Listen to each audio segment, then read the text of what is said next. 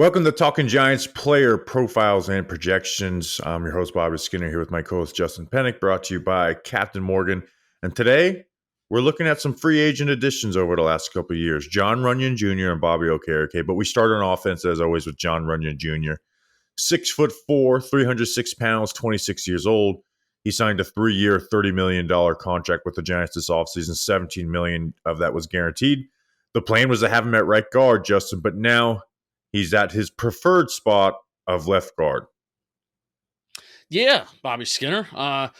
Weird to say that a Runyan is blocking for the New York Football Giants and not going up against a Michael Strahan. They even had Strahan and him pose for photos the other day at practice. Which was cool. Kind of like a little bit of a underrated storyline, if you may, heading into this year. But no, Jon Runyan, and a guy that seems to be pretty reliable coming from the Green Bay Packers in an offseason where interior offensive linemen, like some of their cap hits and some of their contracts that you got, it makes your eyes go wide, and it's like, wowzers, they got big time money. Jon Runyan was not one of those guys that necessarily got big time money. Bobby, we're going to talk about maybe why, but I still overall feel like this is a solid addition for this Giants offensive line in a very, very much needed spot. And I'm excited to see what Jon Runyan could do for the New York Giants this year. Yeah, and hopefully we can just get like a long-term player next to Andrew Thomas at left guard. We talked about our Andrew Thomas, PPP. It's like there's been a new guy every other week for his entire career. But in 2023, which is the main season he's, coming off of, 2 sacks, 6 QB hits, 13 pressures. The year before, 3 sacks, 3 QB hits, 11 pressures. He ranked 7th last year for guard pass blocking efficiency, was 10th in 2022 and 8th in 2021. So he's always held up well as a pass blocker, even though you don't watch his film and look at it as like teach tape or anything, but he's been able to keep his, the defender that he's blocking off the quarterback for the most part. Last year was working in a rotation with Jon Runyan, he's battling with an injury. When you watch him as a pass protector, you see the good hand usage, right? And you see that he understands pass blocking, right? He changes up his pass sets. That's a huge thing for guys on the interior. It's like you got to change it up because the guys are going to start timing you up and then you're screwed. Whether it's working in space or jump setting, it's good balance, plays the center of the player, works side to side well, and just like a good understanding of the game when it comes to blitzes and stunts. So like he does all the things you kind of want out of a guard. It's just the reason why he's not paid like one of the top guys is he gets his ass kicked when he's like going up against like the better defensive tackles in the NFL. And there's some really ugly film when that happens. Right. I don't view Jon Runyan as like kind of like elite in anything, but kind of master of all jack of all trades, master of none. I've said that over and over again on this show, Bobby. I've said master of all trades, master of none. That makes no sense. Jack of all trades, master of none. But I do think in particular about, at least if you look at the numbers and the metrics, which sometimes that's tough to do for offensive linemen, he's a pretty good, like efficiency wise, pretty good pass blocking offensive lineman. Where you mentioned top 10 last year, the last 3 years. 6th in efficiency in those true pass sets. And then, Bobby, I even looked at weeks 1 through 6, where in 2022, where that's the last time that he was consistently at left guard. And then I'm pretty sure 2021 he was full-time left guard. But then since week 7 and on, he's been right guard, and then the rotation last year. But if you look at weeks 1 through 6, here were his metrics. In pass blocking grade, he was 4th. He was 3rd in overall efficiency, and then 4th in efficiency in true pass sets, weeks 1 through 6, when he was left guard, the last time that he lined up at left guard for a longer period of time. So numbers are good. And now that he's at left guard, I hope that is the plan for his entire career as a Giant. Not using, say they draft a guard in the 2nd round next year, and he might prefer let's keep Jon Runyan at left guard. Let's let him try and master this position, because like you said, he does. Like he again, I think the best way to describe him is he understands pass protection as an interior offensive lineman, right? He doesn't have these hands that just shock a defensive lineman and put him on his ass, or like this crazy foot speed. But like moving from tackling in college to interior here, like I said, it's just he changed up his pass sets. His hand usage is really good. He works side to side well. He gets to his landmarks, and then just like the understanding of the blitz pickup and stunts and all that. Like the really just the negative of him as a pass protector is when he's facing the top guys in the NFL. So those top group of top 10 defensive tackles, they just can kind of have their way with him because they just are much bigger and much stronger and faster than what he has. And that's where I think another part of why he didn't get like the big guard money is that shows up more so in the run game, right? He just doesn't have the play strength to be a great run blocker. Like his athleticism is average and he doesn't get off the ball super quick, and he just struggles to maintain blocks. Like there's some good film out there, and obviously battled with injuries last year, but you just saw some struggles in the run game. Yeah, I mean, I think he gets off the ball pretty well. There was one play that I know the Giants and Sean O'Hara were pointing out where it was like a reach block on Aaron Donald where he gets, he doesn't get to the other side of Aaron Donald's face, but he gets right up to his nose and drives him out. So, I mean, I think his lateral movement's pretty good. I think he can get out of his stance well, but I'm not looking at Jon Runyan, especially I'm not looking at Jon Runyan being like, you know what?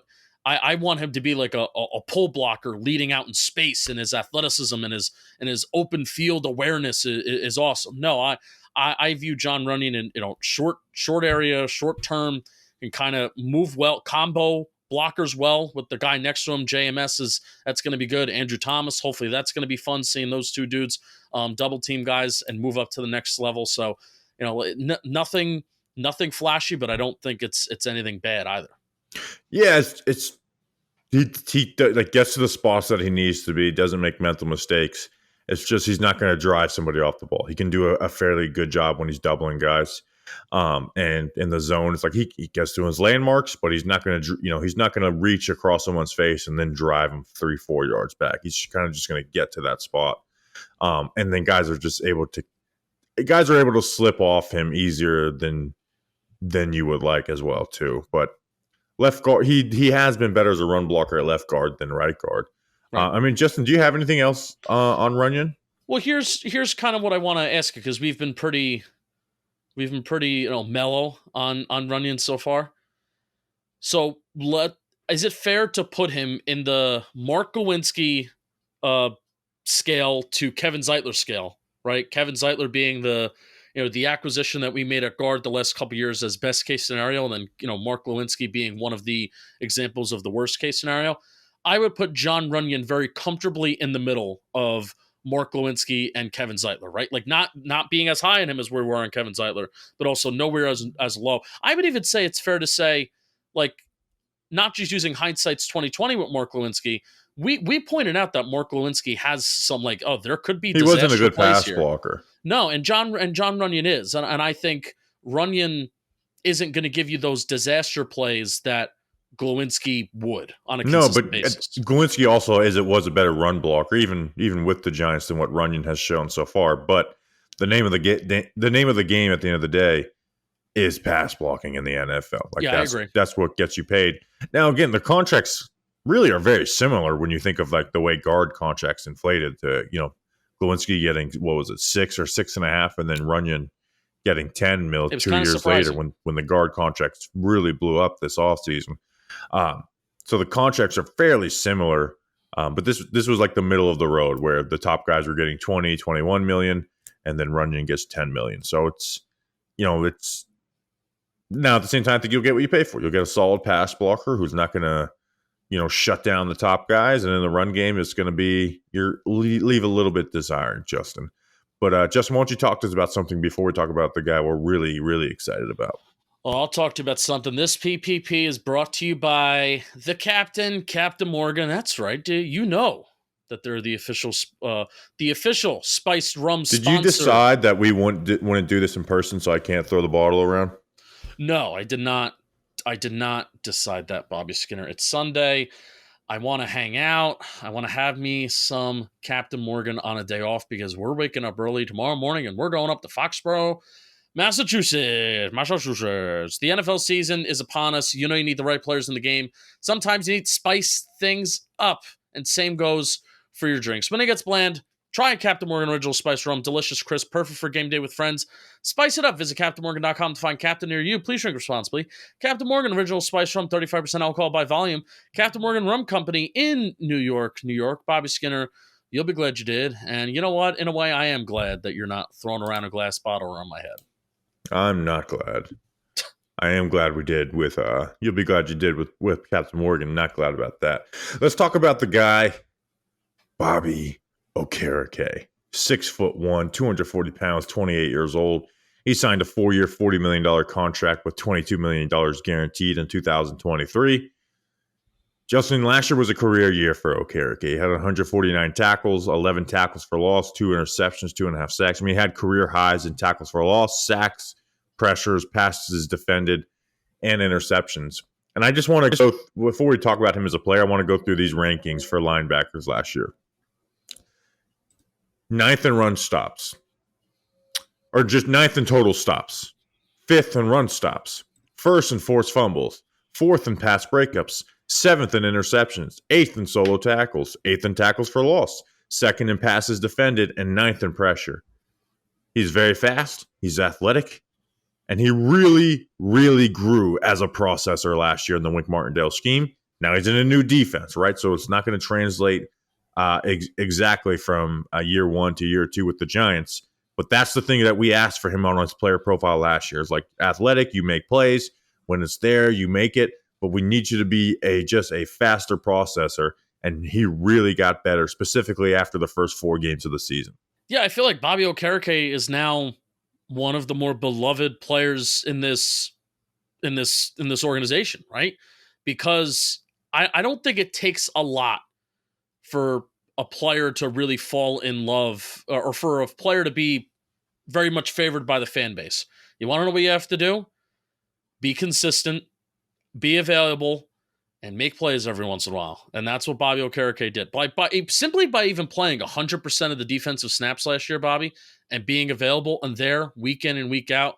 Forget the turnovers that he forced, or really, really reliable in coverage. Like, I feel like there's very few linebackers in the NFL that an NFL team can look at it, their Mike linebacker, and be like, we're going to give you this much responsibility in coverage. So forget all of that. But just by being there 100% of the snaps and making plays every once in a while, the fan base will automatically fall in love with you, and that's exactly what they did with Bobby Okereke. Yeah, and he is one. He's the leader. Like, he was a captain right away, and not just one of these 10 captains. Like, you can tell he was an actual leader on the defense. They even took away the green dot from Xavier McKinney and gave it to Bobby Okereke. But also, like, just players on the team. Let's eliminate the idea of Malik Neighbors being great, because he hasn't played in the NFL yet. He's number 4 on the team, right? In terms of leaders? No, just best players on the team. Oh, best players. You have Dexter Lawrence, yeah. Andrew Thomas, and then Burns, and then Okereke, right? Yeah, 100%. And you can argue Okereke had a better year last year than Brian Burns, but I think I think the argument is Burns is a better player. Mm-hmm. But before last year, he was a solid processor who would never be in the wrong spot, but you'd want to see him diagnose a play and be ahead. With Wink, once he trusted the defense, he was always in the right spot. He was 5th in run stops for linebackers, 20th in run stop rate. He got hit, when it was zone, he got downhill really, really quickly and brought the pop. They asked him to be more of a processor. They're going to ask him to be a lot more of a processor in this defense, but that defense kind of was like, hey, you go first and fill quick. And he did that. And you saw the athleticism, right? You saw the stops on the 3rd and shorts or the 4th and shorts. And he can get low and bend to get through creases, win with the speed and angles. Not the best block shot in the world, but you never see him get blown up. And the fact that he doesn't miss tackles. I mean, he was a beast in the coverage game too, right? But as a run defender last year, he was just always in the right spot, like always. And he created plays for other guys, right? Like Micah McFadden had 12 tackles for a loss last year. I don't think that happens again next to just any old linebacker.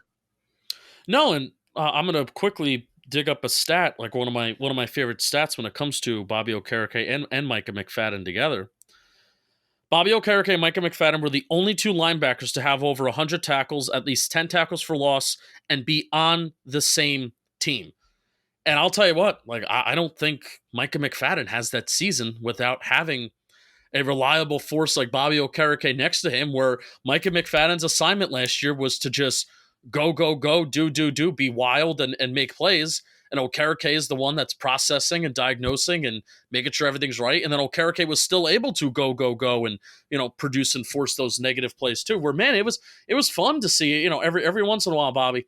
I look back on, this is what we do for these PPPs. You always name search the player's name in terms of how, what you've tweeted about them in the past. And it was fun to just go back through the season and see Bobby Okereke effing people up. Like, it's not like it's nothing like Ray Lewis, but it's like, oh damn, Bobby Okereke taking on a blocker there, and we clipped it up.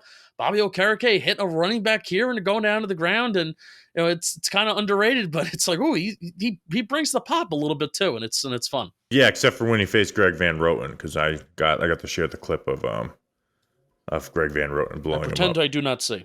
But but yeah, unless he's on your team, then you get. But yeah, he was a beast in the run game, and it was his best year run defensive. I mean, it was his best year overall, honestly. Yeah. But like it was really beautiful to watch.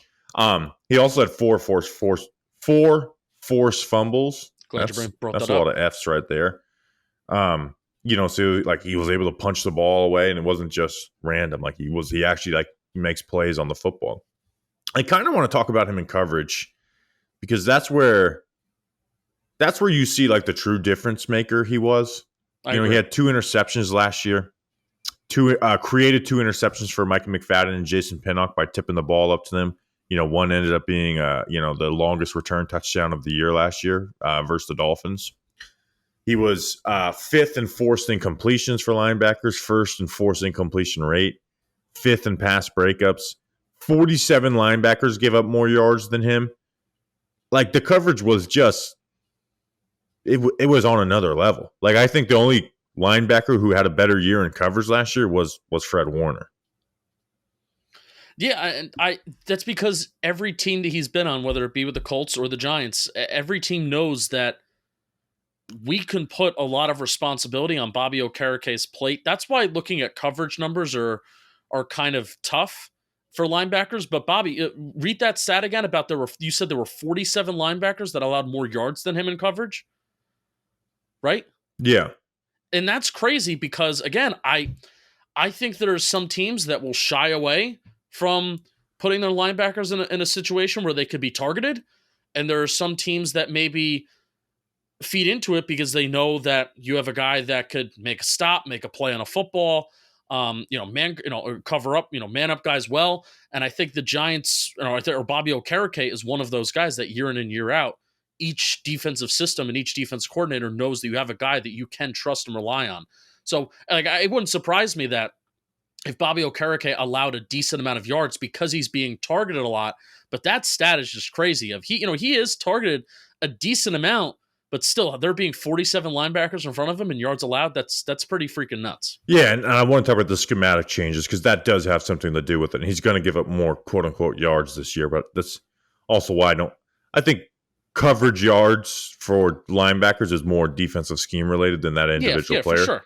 But I do want to talk about the differences in a second. But like, just like him as a coverage player, not just stats, like the speed is obviously there, right? The quickness, the agility. Like he reads his QB's, he reads quarterback's eyes and undercuts. He knows where they're going. He gets his arms in the way. He picks up screens really well. Even just like the man coverage on the flares is beautiful to just stay square and undercut. Like those are the plays where linebackers can get shook. And he does a good job of being patient to not over pursue and then get beat on a cut, but also, being able to make a play on the football when that's there. So he is going to give up a lot more yards this year. I just hope that this defense can still allow him to make the plays that he did under Wink. Right? It's not going to be as many because it's just not what the defense is. But they're going to ask him to just do a little more spot dropping in zone where, the Wink Martindale scheme is kind of like, hey, man coverage, which can leave you more vulnerable, but allows you to make more plays on the football.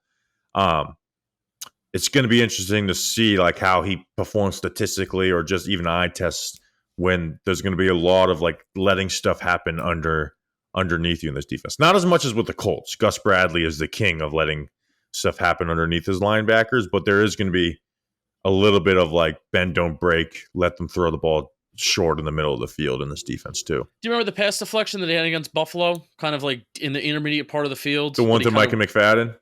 He reaches his hand in there and it forces an incompletion. I don't think it wound up as an interception. Okay.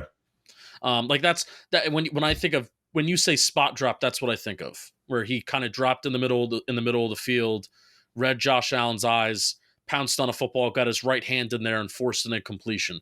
And ironically enough, at least if you look at PFF, that Buffalo game was his best coverage game of the season, and that is the game where I think he made one of the more plays on the football in coverage as well. So it's not just the PFF grade. So yeah, he had the 2 passes defended in that game.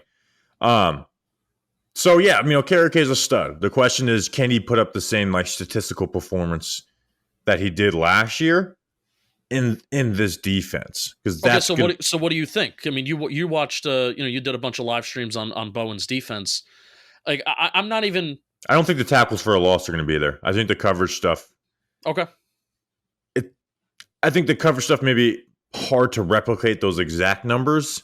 Like the force and completion rate's just not going to be there because you're playing a lot more zone, so you're not able to force as many incompletions.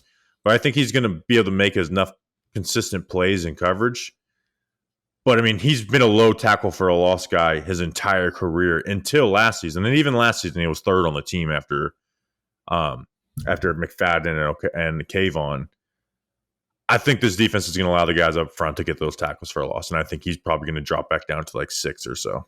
Okay, I'll take an interior linebacker with five or six tackles for loss. I mean, 11 was just insane. Plus the career high in sacks, plus the interceptions, plus the pass deflections that led to all these turnovers. So, I mean, if Bobby Okereke is able to do that on a year in, year out basis, then sign him for the rest of his life in terms of negative plays and forcing turnovers. So I do think he's in line for a little bit of regression there, but he also won't have the same pass pressure numbers, but that's scheme related too. Right, but I don't think he's in line for regression in terms of overall play, even if the playmaking goes down a little bit. No, I agree. It's going to be like, hey, it's going to be a do you know ball test. If you're saying that Bobby Okereke regressed, it's going to be like, no, the defense maybe he does regress. Hopefully not. But I could very well see people being like, Okereke is not what we thought he was. But when you watch the film, it's like, no, this is still a great player. It's just not in a defense that allows for linebacker stats the way a Wink Martindale defense does. Should we call, based on what happened last year and what we saw last year, should we call for maybe a 2 or 3 week buffer period of new defensive scheme? He kind of got off to a slower start last year, and then he really picked it up. So should we maybe have a little patience with Okereke? And if he does have a slower start, let's give it 2 or 3 weeks before we really react, if that happens. I think he's at this point of his career where you should expect him to pick it up quick. So I don't think you give him a pass, but you do keep that in mind if it's there, because a lot of the big runs in the beginning of the season last year are screen plays. Remember the Giants were getting killed by screens earlier? Was Okereke not totally trusting the scheme and not being as quick as he should be? And then once he trusted, and I think he even talked about this in interviews. Like once he trusted it, it was just like full go. I believe in this shit. So, all right, that's a player profile and projection. We will see you guys tomorrow. Until then, let's go Big Blue.